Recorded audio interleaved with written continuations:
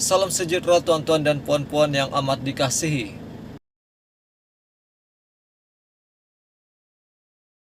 Tidak lama lagi kita akan mengundi tuan-tuan dan puan-puan. Kita akan memilih kerajaan baru untuk Malaysia. Untuk membela nasib rakyat Malaysia dan untuk membawa Malaysia maju ke depan. Seperti negara-negara lain yang sudah maju. Tuan-tuan dan puan-puan, hari ini ada satu berita yang amat duka cita untuk Mahathir Mohamad.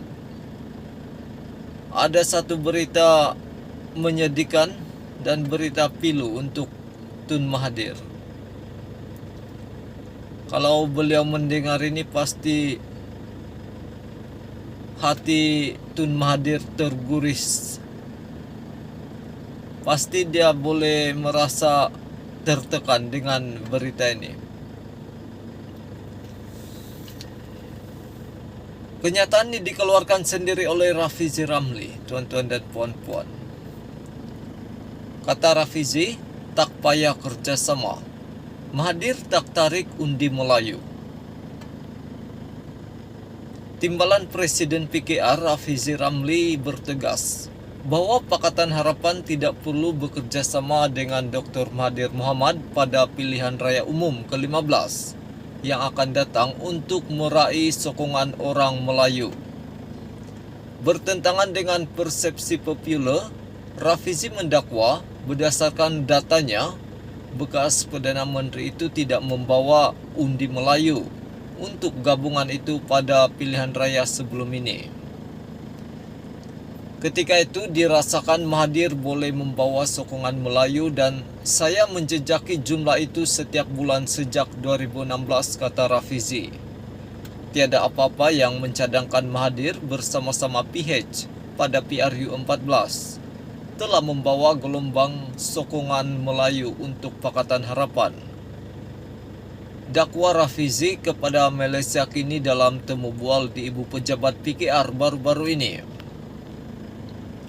Angka sokongan Melayu kepada PH, dakwa Rafizi, kekal, tidak berubah selama beberapa bulan selepas Mahathir dan Bersatu menyertai gabungan itu pada 2016. Ia hanya mula meningkat menjelang akhir 2017, katanya.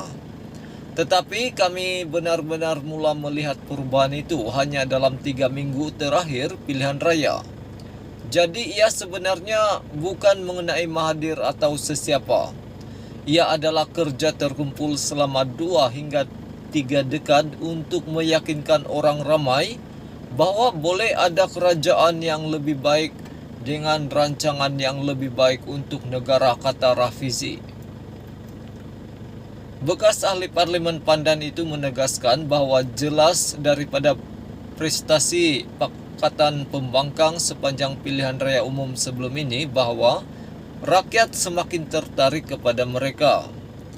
Mahathir cukup bijak untuk menyedari potensi PH pada masa itu, katanya. Mahathir adalah ahli politik yang berpengalaman. Dia tahu mengenai perkara yang berlaku, terutamanya selepas 2013 apabila Pakatan Rakyat memenangi undi popular. Ia cuma menunggu masa sebelum mereka ini, iaitu pembangkang, menolak dan melepasi garisan itu. Walaupun dia tidak menentang idea untuk menjadi inklusif, Rafizi berkata, dia sentiasa menentang cadangan Bersatu untuk menyertai PH sejak awal lagi. Rafizi berkata Bersatu tidak sesuai dengan imej Pakatan Harapan. Justru ketika ditanya jika ada peluang atau keperluan untuk PH bekerjasama dengan Mahathir sekali lagi pada PRU 15, Rafizi memberikan jawapan yang jelas, tidak. Ini selepas mengarah komunikasi amanah, Khalid Samad berkata dia berasa hairan dengan keputusan Pakatan Harapan enggan bekerjasama dengan Gerakan Tanah Air, iaitu GTA, parti baru Tun Mahathir. Khalid berkata amanah berpendirian Parti Pembangkang seharusnya bekerjasama dalam menghadapi PRU 15 pada 19 November ini. Seperti yang kita tahu, pengerusi pejuang Dr. Mahathir Mohamad telah mohon untuk bertemu Pakatan Harapan. Tapi malangnya untuk tidak meneruskan. Pimpinan PH memutuskan untuk tidak meneruskan perjumpaan dengan Tun Mahathir. Apa yang saya faham, terdapat penolakan yang kuat terutamanya daripada PKR.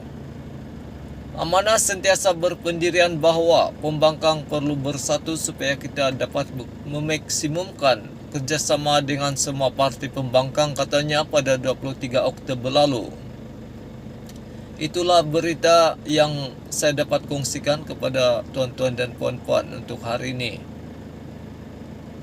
Bermakna sudah muktamadlah di sini tuan-tuan dan puan-puan bahwa Pakatan Harapan tidak akan bekerja sama dengan Tun Mahathir atau dengan GTA, yaitu Parti Baru Tun Mahathir.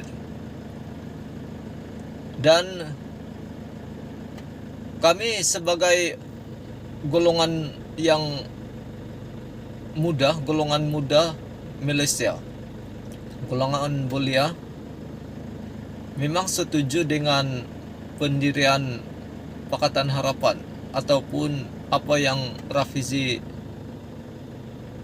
katakan ini, bahwa Pakatan Harapan tidak memerlukan Mahathir untuk supaya mendapat undi Melayu semata-mata. Saya rasa kalau Pakatan Harapan akan teruskan perjuangan ini ataupun pendirian ini untuk tidak bekerja sama dengan Tun Mahathir pada PRU 15 ini, saya yakin Pakatan Harapan juga boleh menang seperti PRU 14 walaupun tanpa Mahathir, tuan-tuan dan puan-puan. Kenapa? Sebab sudah terbukti sebelum ini, kalau menurut apa yang Rafizi katakan, sebenarnya kemenangan PH atau undi yang PH perolehi pada PRU 14 sebenarnya bukan disebabkan oleh Tun Mahathir Mohamad atau sesiapa. Itu adalah hasil daripada kerja keras gabungan itu selama berdekat-dekat untuk meyakinkan orang ramai bahwa boleh ada kerajaan yang lebih baik daripada kerajaan pada waktu itu, yaitu Barisan Nasional.